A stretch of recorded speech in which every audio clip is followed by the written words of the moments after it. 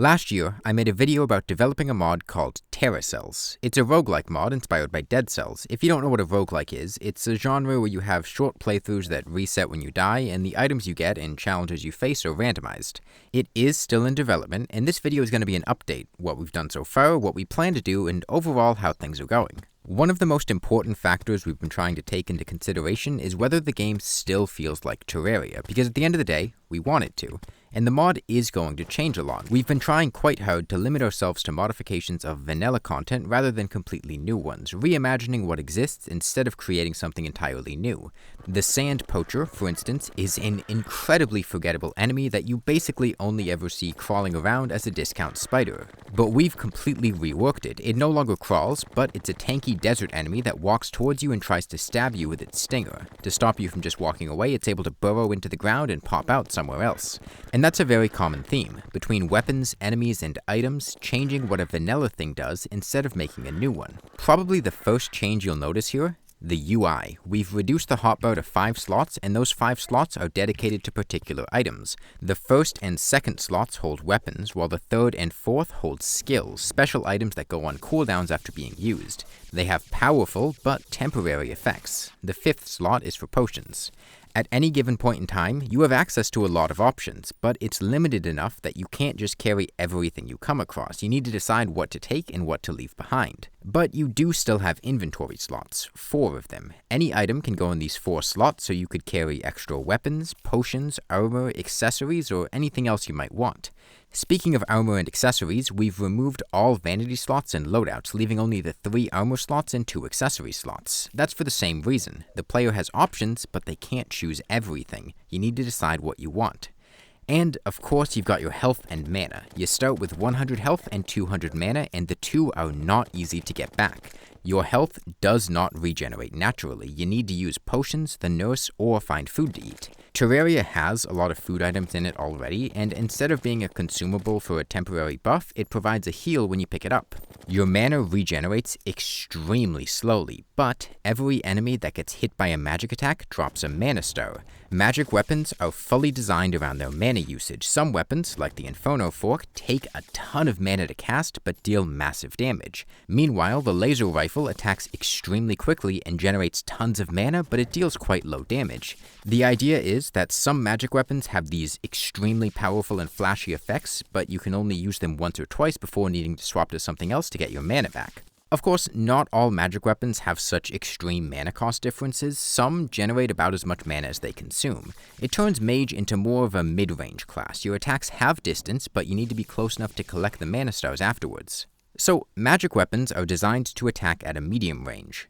Melee weapons are the close range ones. Here's a design conundrum. How do you make it so that a player wants to get close to enemies when you don't get health back naturally? Just by being close, you're going to be getting hit more. In my opinion, the entire problem boils down to passive damage frames. In Terraria, almost every enemy has a constant hitbox on them, dealing damage if you touch them. Obviously, the player is going to want to stay away. Just being close means you take damage. But what if we switched to an active damage frame system instead, where enemies don't deal damage when they're touched, but they have an attack, and those attacks are what deal damage? There's a mummy in the hallway here. It starts winding up for an attack. You have a sword. Normally, you'd have to get close, but still stay in front of it, but that's where the attack is. To be safe here, you'd have to outrange it and back away. But if we remove the damage here, then that entire dynamic changes. Instead of being forced to walk backwards, you can walk through the mummy to the other side. When enemies deal damage on touch, the correct decision is always to walk away, which makes melee weapons much worse. Not all enemies are going to wind up for attacks like that. Some are going to shoot projectiles, and those enemies just don't deal damage when you touch them.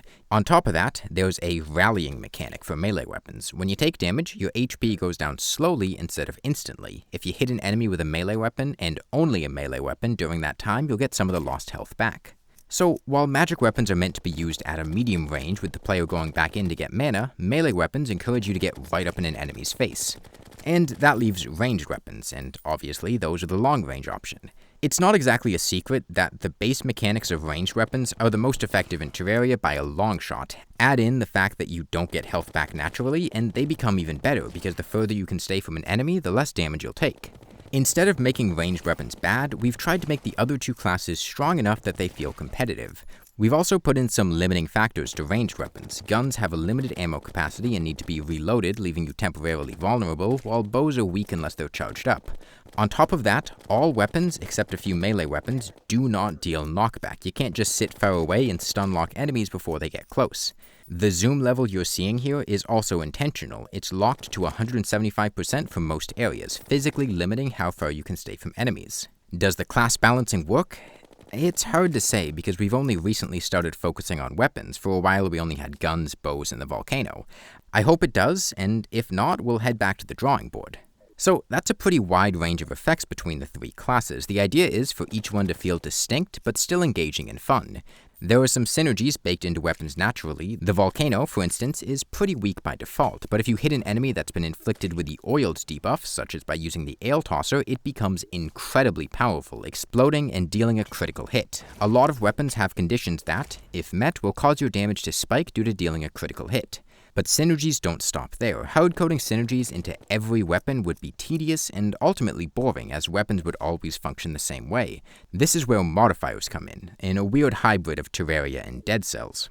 Currently, all weapons receive one modifier selected at random. The plan is to give them more. This is just our current implementation. This can range from inflicting debuffs on attacks, dealing additional damage to enemies that have a certain debuff, shooting a different type of ammo like high velocity or exploding bullets, or modifying stats. You might get increased mana cost for increased damage on a venom staff, reduced damage for increased speed on a volcano, or faster projectile velocity on a mini shark. Any weapon can synergize with any other weapon. Your platinum sword could deal bonus damage to a poisoned enemy, and your mini shark could inflict poison. It's on the player to choose which ones you take with you, which effects are worth keeping around, and put together a build. All of that is random. You don't control your weapons that drop or their modifiers, but between levels, at the in-between, you can find the Goblin Tinkerer, who can reforge your weapons, letting you try for a different modifier. He also sells accessories, which are analogous to the mutations in Dead Cells. They are powerful, consistently obtainable effects that you can have a very limited number of. You have 2 slots, and when I say powerful, I mean powerful effects. The Band of Regeneration restores 1% of your HP every time you kill an enemy. When you have very limited healing, that's an incredibly powerful effect. The Fast Clock provides a big speed buff every time you kill an enemy, while Magic Cuffs restore 100 mana anytime you take damage. The Stalker's Quiver makes it so that any arrow that hits an enemy spawns one of the spectral arrows from the Phantasm. The Frozen Turtle Shell is able to revive you when you would otherwise die, but it's a one-time use item. The Nizar restores 20 mana anytime you hit an enemy with a melee attack. The Plan gives you a massive damage boost against enemies at high HP. There are a wide variety of effects here designed to let you mix and match them to do whatever you want. Combine the accessories, weapons, and modifiers, and you can see what we're going for here. A highly variable system that allows synergies to emerge naturally with the player deciding how to make them. To take that even further, we also plan to implement armor, which would provide miscellaneous buffs that are weaker than accessories, but we haven't gotten around to that yet. So, a very diverse weapon system. We're working on adding more and fleshing out the modifier system fully, but all of it is in place. That's only the player's half of the story. We've got enemies and levels as well. In my original concept video, the idea was to have pre-generated rooms that would be randomly put together to create a level. To be blunt, that wasn't a great idea. The problem is that we want a level that the player goes through, not a linear path, and setting up a randomly generated level that provides all these branching paths and variability was just too much trouble. That's actually a big part of why development was so slow at first. We were waiting for a world gen system that just didn't come. So instead, I took all of the rooms that we were going to use for random levels and put them together myself, which has the benefit of intentional design. I can put in secrets, alternate paths, and make sure the level is fun and balanced to go through. We currently have 7 levels fully built: the Forest, Crimson, Desert, Hive, Frozen City, Caverns, and Dungeon. Of those, 4 are fully populated with enemies, 1 is half populated, and the other 2 don't have enemies yet. And I think these levels look incredible. I've had a lot of people working on building them, and there have been some redesigns. You might notice some odd paint colors here and there for platforms, and that's because what looked the best visually didn't always play the best. Letting the player immediately know where platforms are is very important. Each level is populated by enemies, chests, life crystals, and pylons. You can use life crystals and open chests by right-clicking on them. Chests will spit out an item and remain open to show that they've been used, while life crystals will raise your max HP and become darkened. Pylons are how you get back to where you've already been. When you walk near one, it activates, and you can use a pylon to go back to any other one you've discovered in that level. That lets us make longer levels with branching paths without introducing the tedium of backtracking. I've taken a lot of care with level design. I've put in secrets and alternate paths, along with trying my best to make sure every level doesn't just play out the same. If all the levels just have you walking horizontally across flat ground, that's pretty boring. The pyramid is a 4-directional labyrinth. The frozen city has massive buildings that you enter in order to get large sapphires used to open the gate to the next level. You only need 2 to progress, but there's a 3rd gem lock to a secret area beyond it. We're removing the mining and sandbox aspects from Terraria, but I want to keep the feeling of exploration and discovery by making these levels interesting, appealing, and rewarding to explore. And because levels are made up of subunits, they can be rearranged and different rooms can be used to create variations of a given level to make them play differently between runs. So, on to the enemies. We're currently working on adding a lot of them, because a lot of our enemies are still working off of their vanilla AI. You've already seen the mummies. They launch a shockwave, which is quite deadly in the cramped hallways of the pyramid. But they're vulnerable to going through them and attacking their back while they wind up an attack or keeping far away. Ghouls very quickly dash and slash towards the player, but they have low HP. They're also able to jump, so staying above them won't keep you safe. Vultures keep their distance and spit bones at you from afar.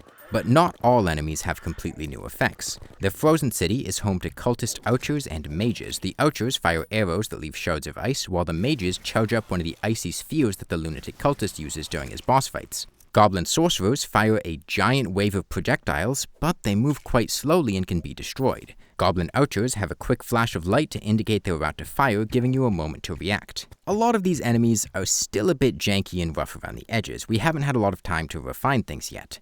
But we're working toward adding more and tuning the ones we have to work better. But who cares about those?